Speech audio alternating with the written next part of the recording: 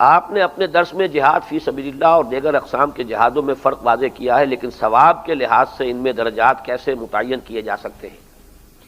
دیکھیے، ثواب میں تو ظاہر بات ہے کہ جو پہلی منزل ہے وہ سب سے اہم، دوسری اس سے بلند تو ہے، لیکن ظاہر بات ہے پہلی ہوگی تو دوسری وجود میں آئے گی،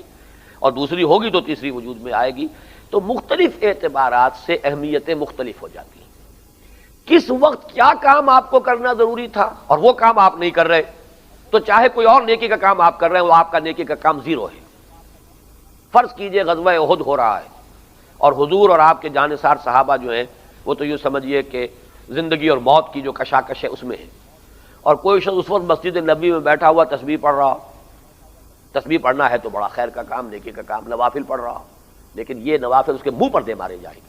یہ وقت جو ہے اس نوافل کا نہیں ہے، یہ وقت تو ہے وہاں پر میدان دامن احد میں جا کر اور جان ہتھیلی پر رکھ کر سامنے آئے۔ اس اعتبار سے دین کے اندر ثواب جو ہے اس کا معاملہ یہ ہوگا، اگر آپ صحیح رخ پر چل رہے ہیں تو ایک ایک قدم پر ثواب ہی ثواب ہے۔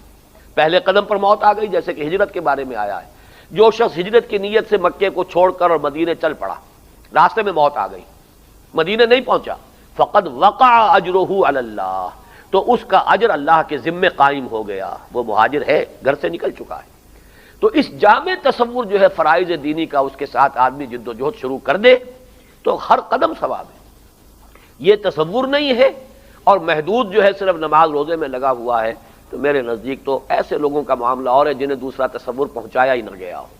وہ شاید اپنا الزام دوسروں پر ڈال سکیں گے، لیکن جن کے سامنے یہ تصور آ چکا ہو وہ اگر اس کام کو اختیار نہیں کرتے تو پھر ان کے لیے کوئی نیکی نہیں۔